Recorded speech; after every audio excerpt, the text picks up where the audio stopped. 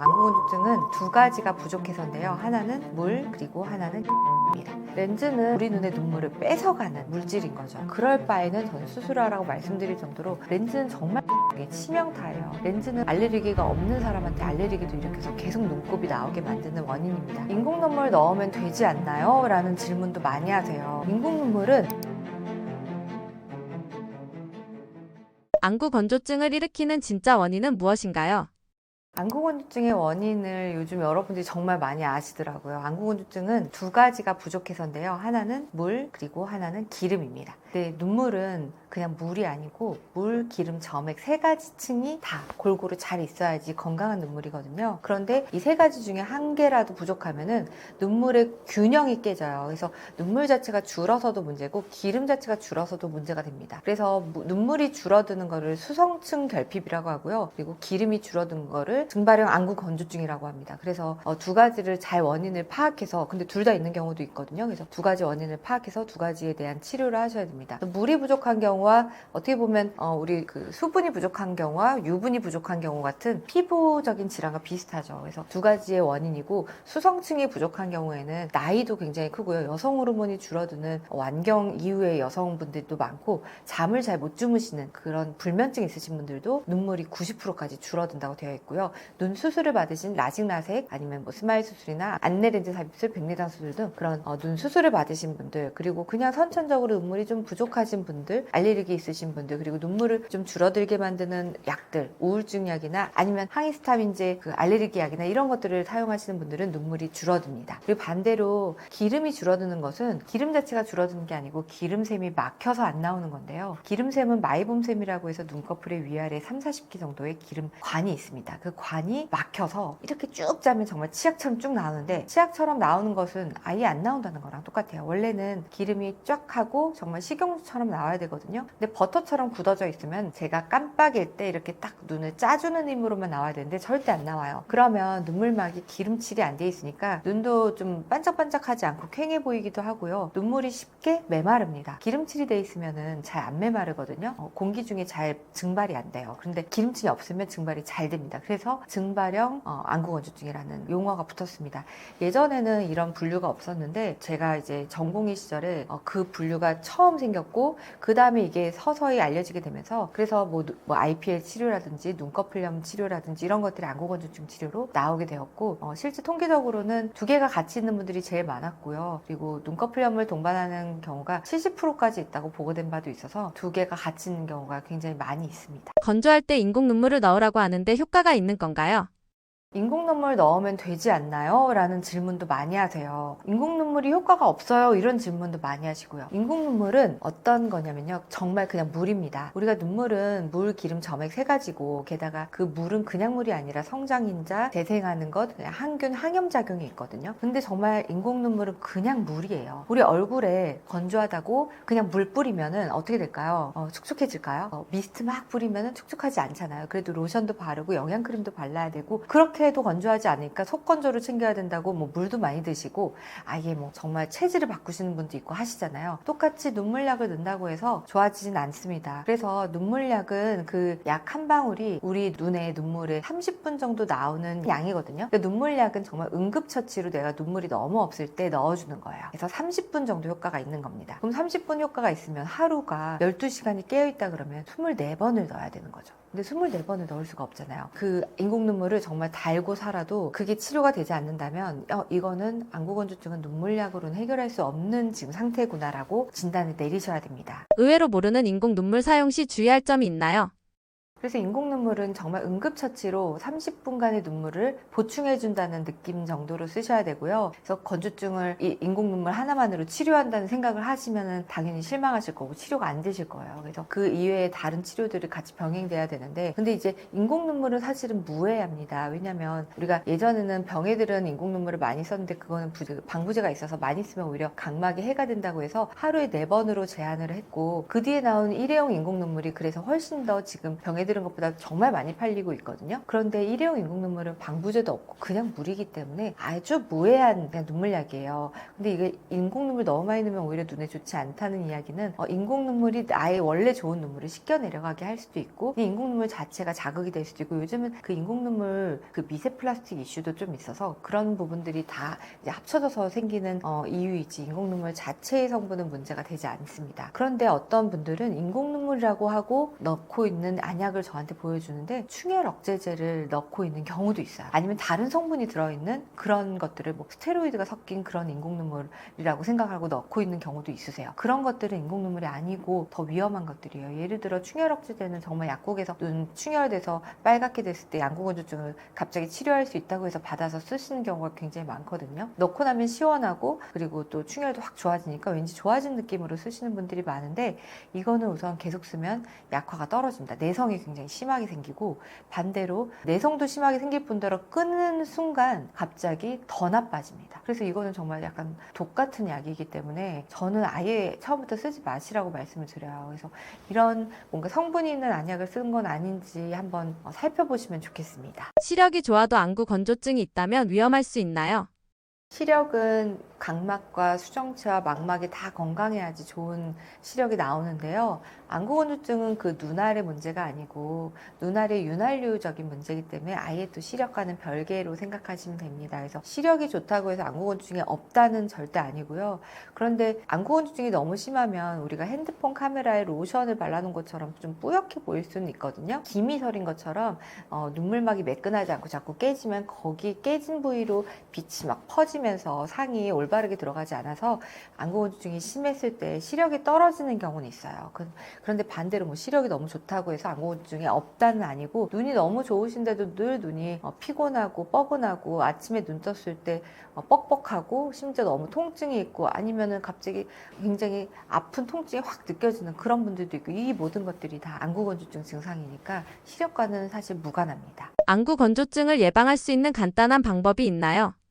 안구건조증은 기본적인 우리가 생활 습관에서 예방할 수 있는 방법들이 여러 가지가 소개가 돼 있는데 생각보다 좀 너무 간단하지만 그렇지만 굉장히 또 효과가 있어서 제가 지금부터 말씀드릴게요. 뭐 예를 들어 히터 바람이나 선풍기 바람이 나한테 직접적으로 오지 않게 한다. 막 이런 것들이 진짜 안구건조증 가이드라인에 있거든요.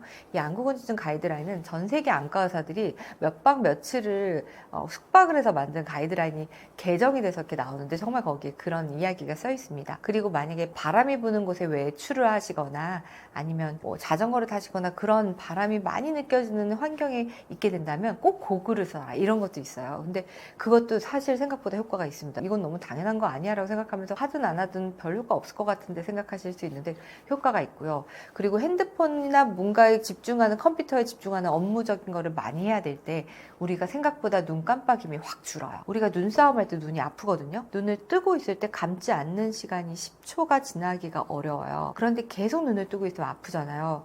근데 우리가 뭔가 집중해서 놓치지 않으려고 계속 보면은 그때 눈을 잘 안 감습니다. 감는 순간 그 순간의 장면을 놓치거든요. 그래서 뭔가 예를 들어서 중요하게 집중해야 되는 작업을 한다든지 아니면 영화를 볼 때 자막을 놓치지 않아야 된다든지 이럴 때 우리가 생각보다 눈을 안 감아요. 그때 건조증이 굉장히 악화가 될 수 있어요. 그날 굉장히 눈이 필요하실 수 있거든요. 그래서 그런 집중해야 될 작업을 해야 될 때만 우리가 한 방울에 30분 효과 있다는 인공 눈물을 넣으시거나 아니면 중간에 잠깐 쉬시고 눈을 감고 좀 편안하게 계시거나 아니면 눈을 누르는 것도 살짝 비비는 게 아니라 눌러서 눈꺼풀에 있는 마이봄샘의 기름이 조금 나올 수 있게 그렇게 하는 것도 방법이 되겠습니다. 그리고 이제 우리가 작업을 하시다가 먼 산을 보라고 이런 말씀 많이 하는데 먼 산 보기 쉽지 않아요. 왜냐면 옆에 창문이 있는 것도 아니고 만약 없는 경우에는 다 있는 것도 아니고 없는 경우에는 볼 수가 없잖아요. 먼 산 보는 것과 똑같은 효과가 그냥 눈 감는 거거든요. 눈을 감으면 갑자기 동공도 커지고 편안하게 내가 초점을 잡아주려는 근육도 이완이 됩니다. 그래서 그냥 편안하게 눈을 좀 감고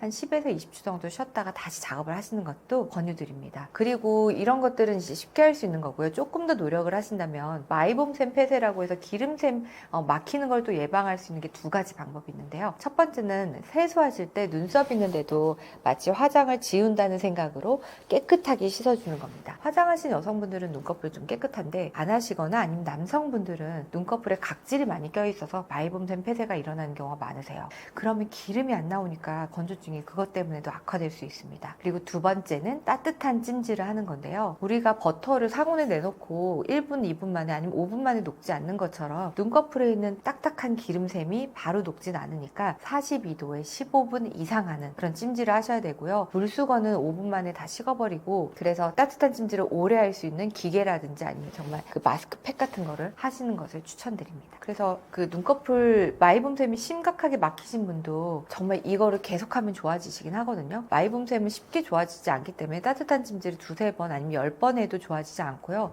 제 경험상은 이제 저희 병원에서는 마이봄샘 관리하는 프로그램이 있어요. 눈꺼풀을 이제 다 녹인 다음에 기름을 다 배출해주는, 묵은 기름을 쫙 짜주는 프로그램이 있는데, 그거는 10번부터 시작을 합니다. 10번을 해야 효과가 있거든요. 근데 그거는 어쨌든 10번을 오셔야 되니까 시간적인 제약이 있으신 분들은 못 오시잖아요. 그럼 제가 환자분들에게 눈 마사지기를 쿠팡에다 검색을 하면 5만 원에서 10만 원 굉장히 그렇게 비싸지 않게 살 수가 있어요. 그거를 매일매일 3개월을 꾸준히 하시면 좋아진다고 말씀드려요. 근데 이게 생각보다 쉽지 않은데, 그 정도로 눈꺼풀 막힌 거를, 기름샘 막힌 거를 치료하기가 쉽진 않지만 치료를 하면 굉장히 눈이 편안해지고, 한 번 치료해서 맑은 기름으로 모든 기름샘이 막힌 게 다 뚫리면 그 다음에 유지가 잘 됩니다. 그래서 저는 이 방법도 굉장히 추천해 드리는 방법입니다. 원장님께서 추천하시는 안구 건조증에 좋은 제품이 있나요?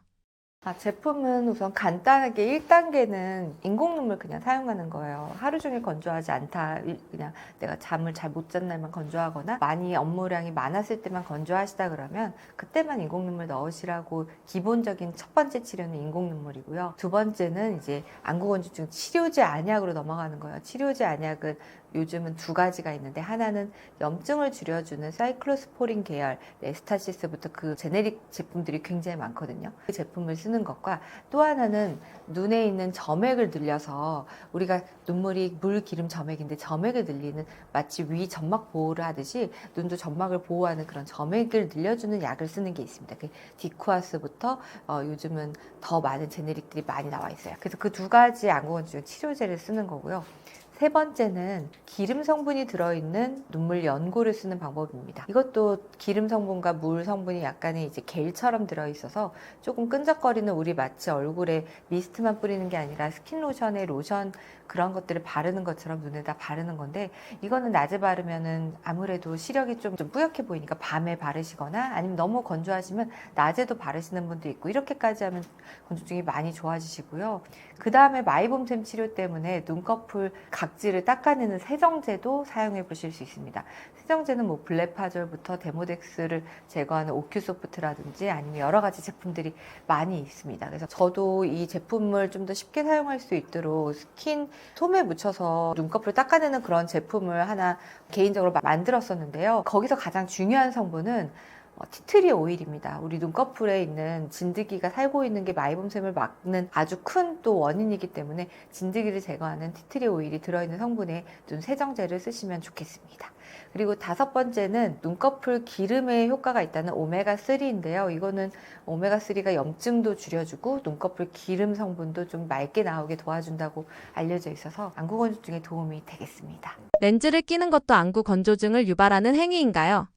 렌즈는 안구 건조증이 심하신 분은 사실 렌즈를 끼면서 건조증을 치료하는 게 쉽지가 않을 정도로 굉장히 치명적입니다. 그래서 렌즈는 계속 물을 흡수해요. 가뜩이나 내 눈물이 적은데 계속 물을 흡수해야지 말랑말랑함을 유지하고, 간혹 렌즈 빼다가 렌즈가 잘 안 나오고 딱 달라붙는 경우가 있는데, 그거는 정말 눈물이 너무 없어서 완전히 경화된 상태예요. 렌즈 빼고 그냥 우리 상온에 두면요 10분 만에 완전히 딱딱해집니다.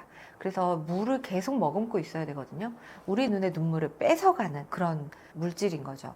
그런 그런데 이 렌즈를 끼고 건조하다? 그러시면은 차라리 저는 수술을 하라고 말씀을 드립니다. 이게 건조증이 심해지면 내가 불편한 뿐이 아니라 안구의 충혈이 정말 만성적으로 일어나게 되거든요. 그래서 눈의 흰자가 깨끗하고 맑아야 되는데 빨개지고 이게 나중엔 치료가 되지가 않아요. 그럴 바에는 전 수술하라고 말씀드릴 정도로 렌즈는 정말 건조증의 치명타예요. 렌즈는 건조증만 치명타가 아니라 알레르기가 없는 사람한테 알레르기도 일으켜서 계속 눈곱이 나오게 만드는 원인입니다. 그리고 렌즈를 중단하고 수술을 하시면 수술 자체도 건조증이 생기는데 그러면 나는 이미 건조증이 렌즈 때문에 있는데 더 건조해지지 않을까요? 라고 말씀을 하시는데 정말 제가 본 환자분들의 100이면 100 렌즈 낀 것보다는 건조증이 덜합니다. 라식 라섹 수술한 게 렌즈 낀 것보다 훨씬 나으세요. 그리고 충혈도 좋아지시고 그러니까 알레르기도 좋아지시고 하니까 저는 이렇게 건조하신 분들은 그냥 렌즈를 더 이상 끼지 말고 차라리 수술을 하세요 라고 말씀드리고요. 그런데 나는 렌즈를 포기할 수 없다. 난 서클렌즈 꼭 껴야 되겠다. 심지어 수술했는데도 서클렌즈 껴야 되겠다. 이러신 분들 많거든요.